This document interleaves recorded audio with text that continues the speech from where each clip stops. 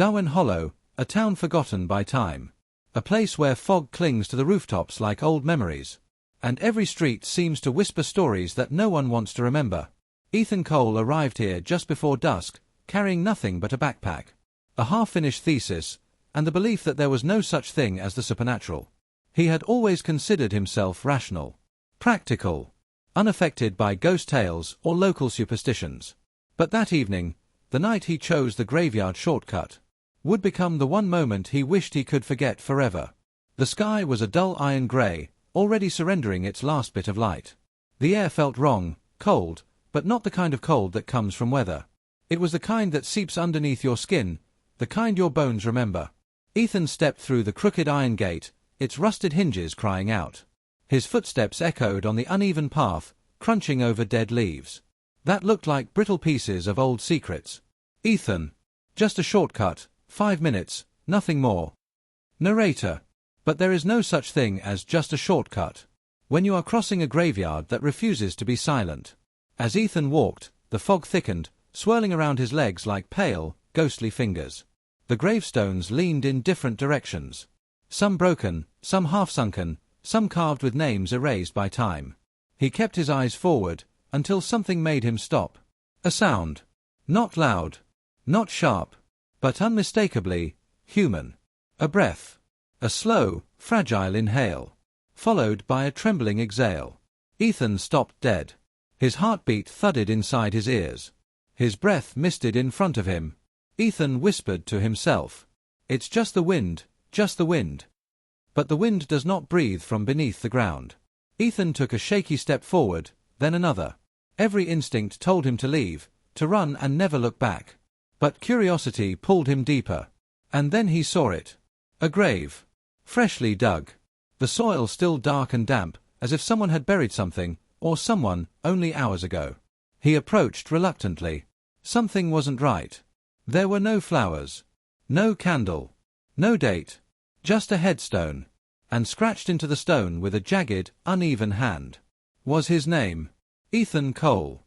Ethan's breath froze in his throat. He stepped closer, fingers trembling as he touched the carved letters. They were real. Not imagined. Not a trick of the fog. His name was on a grave that should not exist. Ethan. No, no, this is some sick jay. But jokes don't breathe. The soil beneath the grave shifted. At first it was subtle, like something small was moving beneath the earth. But then the breathing returned, louder now. More desperate. More human. And then, a scratch. A fingernail dragging against wood. Ethan stumbled back. The ground trembled again. A hand, pale, dirt-smeared, trembling, pushed up through the soil. The fingers clawed at the air, grasping, begging. And then the voice came. Faint. Broken. Like someone speaking from inside a coffin. Help. Help me. You said you'd dig me out. The voice was weak. But familiar. Too familiar. It was Ethan's own voice. Ethan's knees nearly gave way. Fear surged through him like ice water. No, this can't be real. The voice rose again. You left me. Ethan, please. I can't breathe. The soil shifted violently. Ethan turned and ran. He ran without looking back. Through the fog, past the crooked tombstones, past the rusted gate. The graveyard watched him flee. And beneath the earth, the buried version of him breathed deeper. Ethan reached the guest house with his heart still racing. He shut the door behind him and leaned against it, trying to control his breath. The room was dim and quiet, and every shadow seemed too heavy. He paced slowly, trying to convince himself that everything he saw in the graveyard was only stress and imagination. But the memory of the pale hand breaking through the soil would not leave him. The memory of the voice calling him from beneath the ground stayed in his ears. Hours passed. Midnight settled outside. The wind scraped against the windows and old wooden beams creaked overhead. Ethan sat on the edge of the bed waiting for the night to end. At 2:14 a.m. his phone buzzed. A voice message from an unknown number. He opened it. Static filled the room, then a faint whisper emerged. The voice sounded exactly like him, but weaker and suffocating. You left me down here. I cannot breathe. The message ended with the sound of fingernails scratching wood. Ethan dropped the phone in shock. His heartbeat raced and he pressed himself against the wall. He realized this was not a hallucination. Something buried under the earth was using his voice. He did not sleep for the rest of the night. The next morning, Ethan walked straight to the town archives. He needed real answers. Inside, shelves of old records lined the walls. An elderly archivist sat behind a desk surrounded by dusty books. She looked at him and spoke calmly. "You look like someone who visited the graveyard." Ethan admitted everything he saw. She retrieved a thick leather-bound book and opened it to a page labeled The Mirror Burials. She explained that centuries ago people performed forbidden rituals to create a mirror soul. A second version of a person. One version lived above ground while the other was buried alive. Ethan felt cold fear rise within him. Why bury one of them? To balance the living soul, she answered. To avoid curses. To fool death. Many reasons. Ethan asked what happens if the buried one wakes up.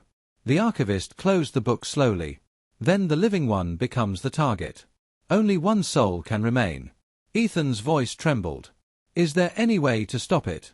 Yes, she said. You must dig up the grave before the mirror soul escapes. If it comes out first, you will not survive. Ethan returned to the graveyard at sunset carrying a shovel. Fog drifted low and the air felt heavy as if something unseen watched him. He reached the grave with his name on it. The soil seemed darker than before. The breathing beneath the earth began again. Louder. Closer. Ethan forced himself to dig. Each shovel of dirt brought a stronger sound of breathing. After several minutes the shovel struck wood. He uncovered the lid and opened it. Inside lay Ethan. A perfect copy of him. Pale and sunken. Fingernails bloody. It opened its eyes. You came back, it whispered. I knew you would. Ethan stepped back trembling. What are you? I am you, the double answered. The one who should have lived above ground. You took my place. Before Ethan could react, a tall man appeared behind him. His eyes were milky white. Why are you digging your own grave? He asked. Ethan demanded to know who he was. I am the caretaker, the man said. You should not dig. The one inside must remain. You two share the same soul. Then the caretaker vanished instantly. Ethan looked back and the double was already climbing out of the coffin with unnatural movements. We can switch now, the double said. You go down. I go up. Ethan ran through the graveyard. The double followed quickly with quiet, unnatural footsteps. You cannot run from yourself, it shouted. Ethan reached the gate, but it slammed shut before he touched it. The double approached slowly. You stole my life, it said. I am here to take it back. Ethan grabbed the shovel pieces and swung, but the double caught them easily and snapped them. You cannot fight me, it said. Only one of us belongs above ground. It lunged toward him. Ethan fell among the gravestones, trying desperately to escape. A lantern light appeared. The archivist ran toward them, holding a carved wooden symbol.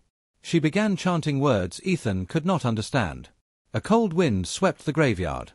The double screamed and its body softened before sinking into the earth. But the archivist did not relax. The ground behind Ethan split open. A burned, twisted version of him crawled out. Flesh charred. Eyes dark. That one is the failed mirror soul, she said. Far more dangerous.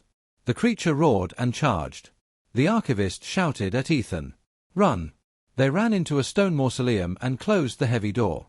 The creature slammed against it, shaking the walls. The archivist looked at Ethan seriously. There is only one way to stop everything. You must claim your grave. Ethan stepped back. I'm not going to bury myself alive. If you do not, she said, the mirror souls will continue to rise until one of them replaces you. The door cracked open. The creature was breaking through. Go now, she yelled. Ethan escaped from a side opening and ran. Ethan reached the grave with his name. The coffin lay open waiting. The archivist yelled from behind. Get in. It is the only way to seal them. Ethan refused. I will not die. But the moment he tried to run, the ground collapsed beneath his feet. He fell into the coffin. The lid slammed shut. Soil poured in from all sides. He pushed against the lid, but it would not move. His breath grew thin. He screamed, but the earth swallowed his voice. In the darkness, someone breathed beside him. A whisper said, Now we are one. Morning came. The archivist limped to the grave with Ethan's name. The soil looked undisturbed. She placed her hand on the headstone. The letters slowly changed by themselves. Ethan Cole faded and the word vacant carved itself in stone. The grave was sealed. Then she heard footsteps. Not above the ground but beneath it. Slow deliberate steps moving toward the town. 3 days later a carman checked into the same guest house. He smiled politely. The receptionist asked for his name. He answered, Ethan Cole. As he walked away, small pieces of soil fell from his sleeves. Outside the graveyard breathed quietly in the fog.